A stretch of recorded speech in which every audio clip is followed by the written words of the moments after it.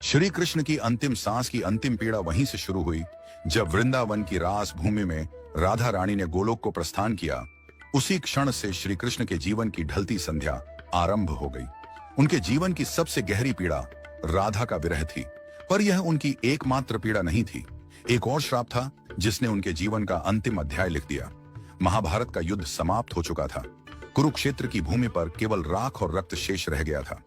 गांधारी अपने 100 पुत्रों की मृत्यु के पश्चात उनके जले हुए शवों के बीच पहुंची। उसका दुख और क्रोध अवर्णनीय था। उसे स्मरण था कि श्री कृष्ण इस महाविनाश को रोक सकते थे, एक मुस्कान में इस युद्ध को टाल सकते थे, परंतु उन्होंने धर्म की स्थापना के लिए अधर्म का अंत होने दिया, चाहे वह मूल्य किसी मां के 100 पुत्र ही क्यों न हो।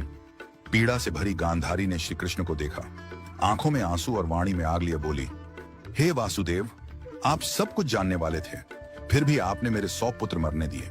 आप युद्ध रोक सकते थे, पर आप केवल तमाशा देखते रहे। आज मेरी ममता का श्राप आपको भी छुएगा। जैसे मेरा वंश समाप्त हुआ, वैसे ही आपका यदुवंश भी नष्ट होगा और आप अपनी मृत्यु अकेले अपनों से बिछुड़कर एक तीर की पीड़ा में अनुभव करेंगे।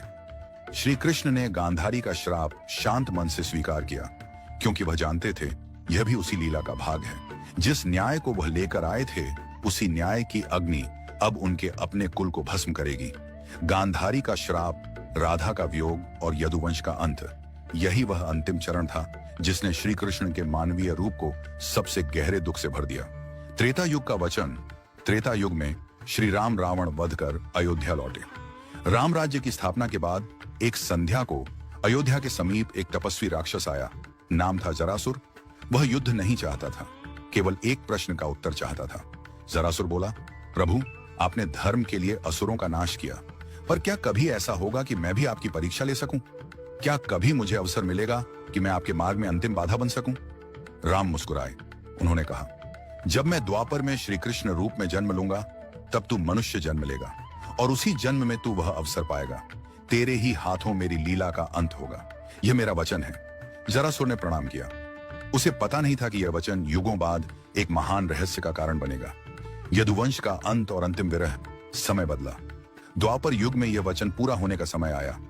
यदुवंश आपसी कलह से नष्ट हो गया। द्वारका उजड़ गई। सब कुछ समाप्त हो चुका था।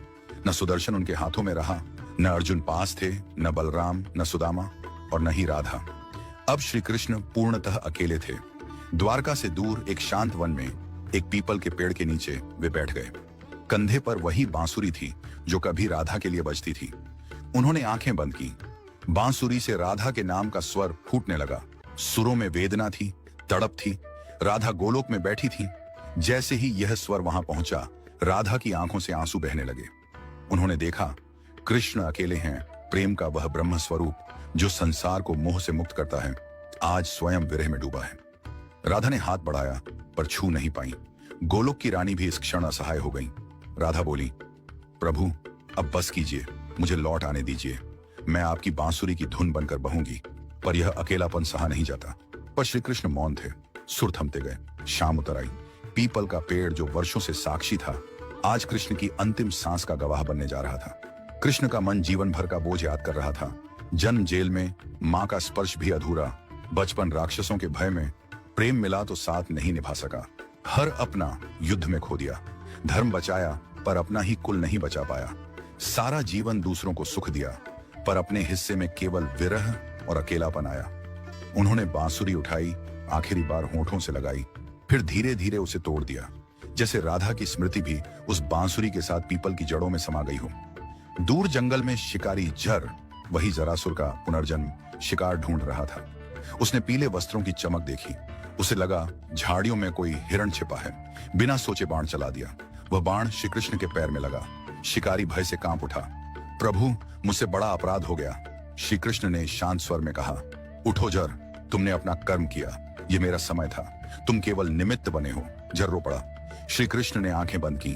अंतिम श्वास के साथ होंठों से केवल एक शब्द निकला, राधे राधे, और श्री कृष्ण ने अपना नश्वर शरीर त्याग दिया।